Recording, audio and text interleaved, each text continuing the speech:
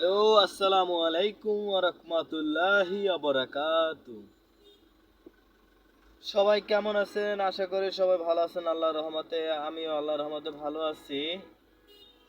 তো এখন বর্তমানে আমি গুলিস্তান জিরো পয়েন্ট আছি।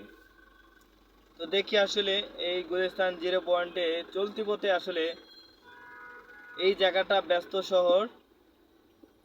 এই শহরে কি কি পাওয়া যায়? আয়া কুদ্দুস ভাই, ও কুদ্দুস ভাই, সদরঘাট যাই। আচ্ছা ভাই। তো আমার এক ভাই ডিউটি করতেছে, ট্রাফিকের দায়িত্ব পালন করতেছেন, জ্যাম অনেক। তো আসলে এই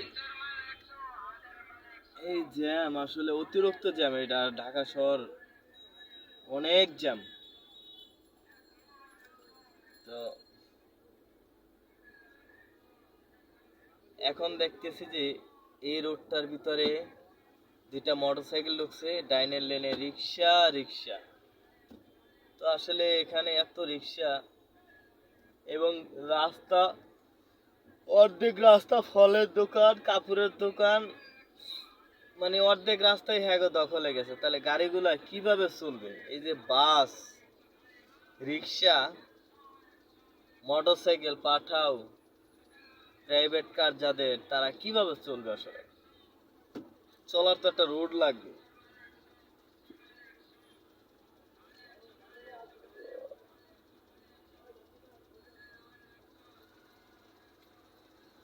চলার রোডটা আসলে নাই।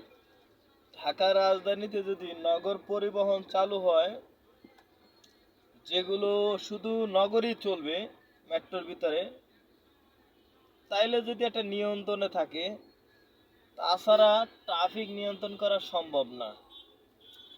দ্বিতীয়ত, এই যে রাস্তার পাশে যে ফলের দোকানগুলো, এই যে মানে টুকটিকে করে বিক্রি করা হয়, যেগুলো আসলে একটা দামে কিনে নিয়ে আসে এবং এখানে চড়া দামে বিক্রি হয়। হয়তো তাদের দোকানে,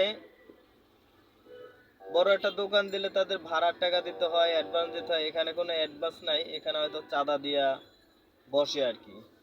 এরা আবার এখানে কি করে, আপনার একটা ওজনে মাপে মাইপ আবার কম দেয়। এ হলো তাদের ব্যবসা।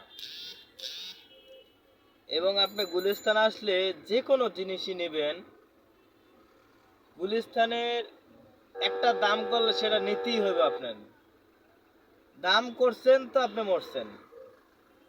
এ হলো গুলিস্তানের অবস্থা। এবং এখানে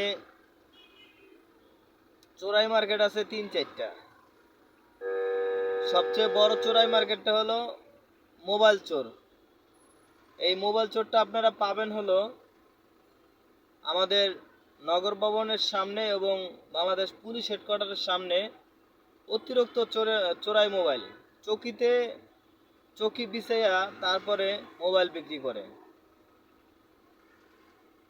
এদেরকে ধরার মতন কেউ নাই।